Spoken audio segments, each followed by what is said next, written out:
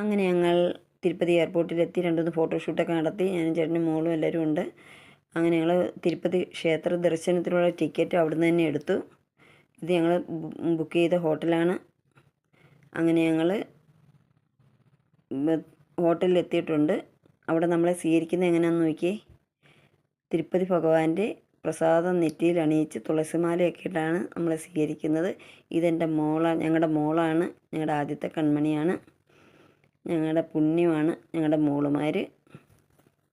നമുക്ക് താജ് തിരുപ്പതി ഇൻ്റർനാഷണൽ ഹോട്ടലാണ് കേട്ടോ. ഇവിടെ ഇപ്പോൾ ഞങ്ങൾ 2ാമത്തെ തവണയാണ് വരുന്നത്. ആദ്യ തിരുപ്പതി ക്ഷേത്ര ദർശനത്തിന് വന്നപ്പോഴും ഞങ്ങൾ ഇവിടെയാണ് സ്റ്റേ ചെയ്തത്. അടിപൊളി സൂപ്പർ ഹോട്ടലാണ് കേട്ടോ. എല്ലാം തിരുപ്പതി ഭഗവാന്റെ അനുഗ്രഹമാണ്. കഴിഞ്ഞ പ്രാവശ്യം ഞങ്ങൾ വന്നപ്പോൾ നമ്മുടെ ഹേമമാലിനി പഴയ ഹീറോയിൻ ഇവിടെ വെച്ച് കണ്ടുമുട്ടിയായിരുന്നു. അങ്ങനെ ഞങ്ങൾ ഫോട്ടോയൊക്കെ എടുത്തു. ഇവിടെ നോക്കിയാൽ എല്ലാം തിരുപ്പതി ഭഗവാന്റെ ഫോട്ടോ വെച്ച് പൂജിക്കുന്നത്.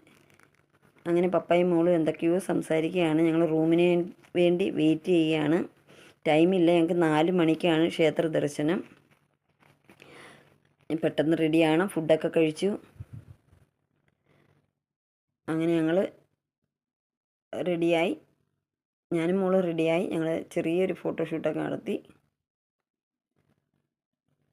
ടൈമില്ലാത്തതുകൊണ്ട് പെട്ടെന്ന് തന്നെ നമുക്ക് പോകണം.